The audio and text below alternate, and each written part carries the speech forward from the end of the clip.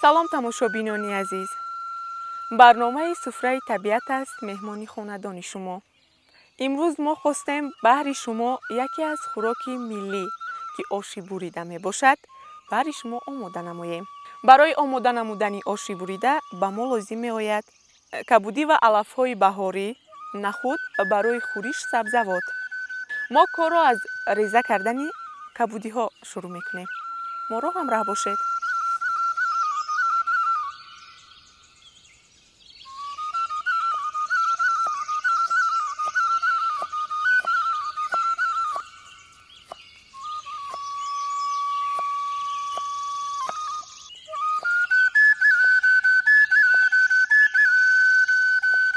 ما کبودی ها را نه میده و نه کلان میانه ریزه میکنیم.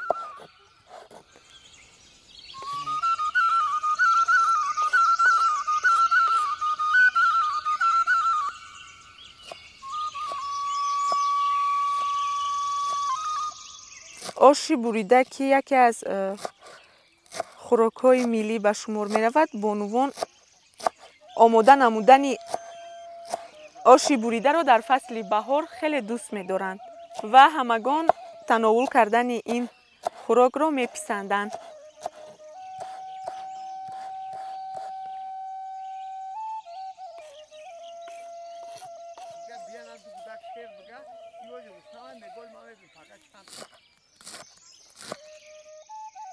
خوراک آشی بریده به ارگانیسم آدم خیلی مفید است. برای آنکه خوراک ما قریب 80% از کبودی های بهاری استفاده می شود و متخصصان ما در این باره به شما معلومات می دهند. علف های در کوهسار نمویابنده از لحاظ شیبیت یا که شیبیتک میگویند او را، از لحاظ شیبیتک کرمچک میگویند. این نوعی جوهری خودروی است و جغ جغ در اول بهار نمو میباید، گل میکند و پودینه که نو میبراید از آن میگیرند. بسیاری ها شلخه را استفاده میبرند، شلخه خودروی را که او هم با نمو یافتن سر میکند. من همه اینها در جمع و جور منبع ویتامین ها و عنصرها هستند و هر کدام او به خود یک خصوصیت خاص دارد، از لحاظ غذایی، از لحاظ طبابت.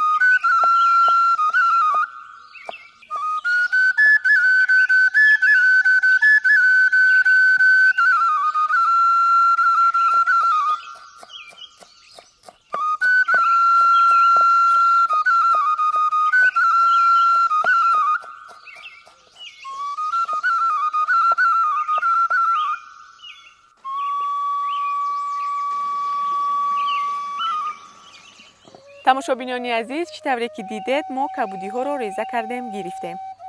اکنون میگذاریم به آماده نمودن خوراک آشی بریده.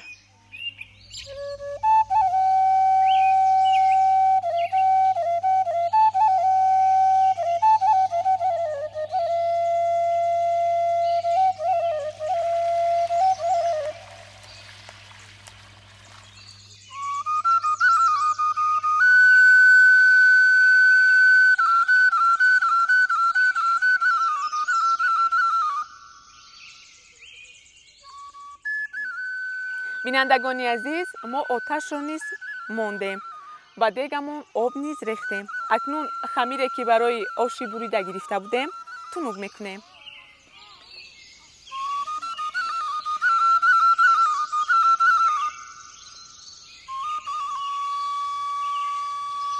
ما به خمیرمون آرد میچوشیم تا که نچسبد.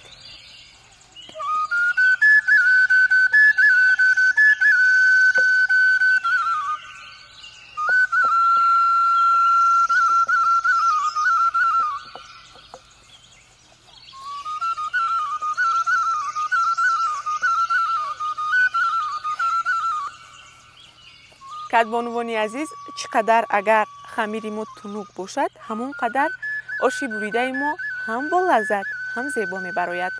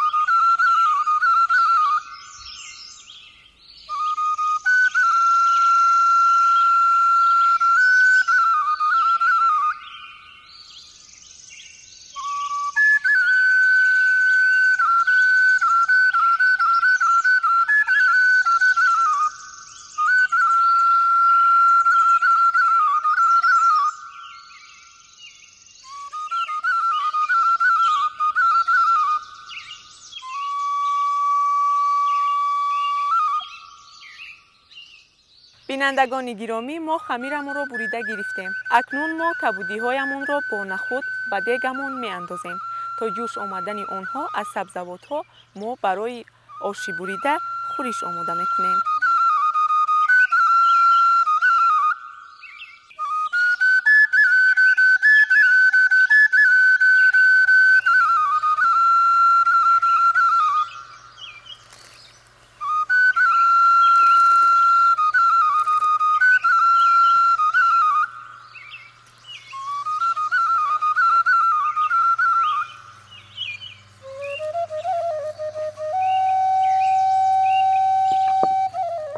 به خوراکمون نمک ایلوه کردن را فراموش نمی‌سازیم.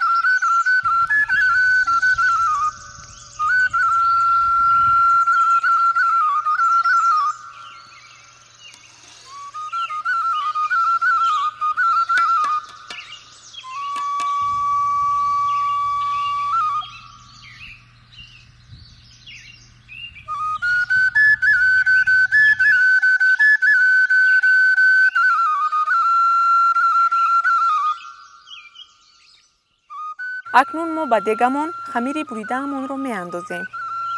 پیش بیا.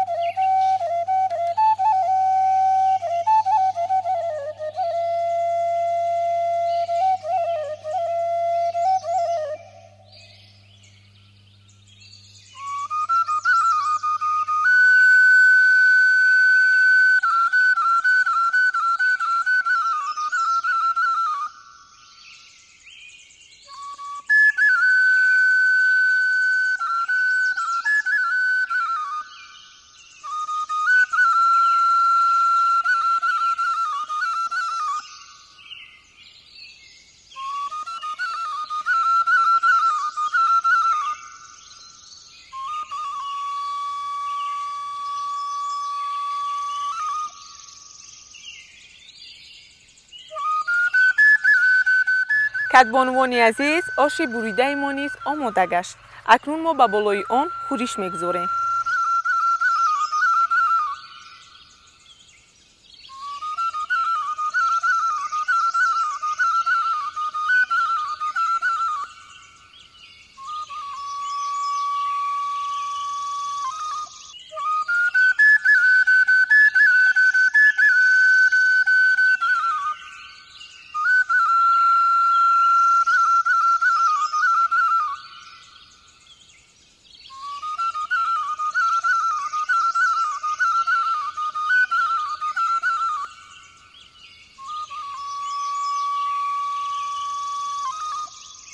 با بالای آش بریده‌مان دوغ را نیز ilova میکنیم.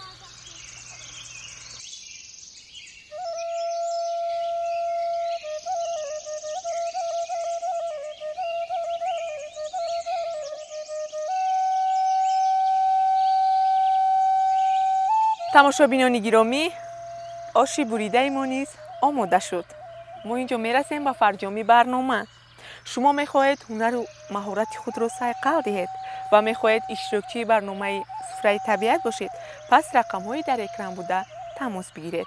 تا برنامه های دیگر، خیر. سمیه، فاطمه، سمیره بیایید.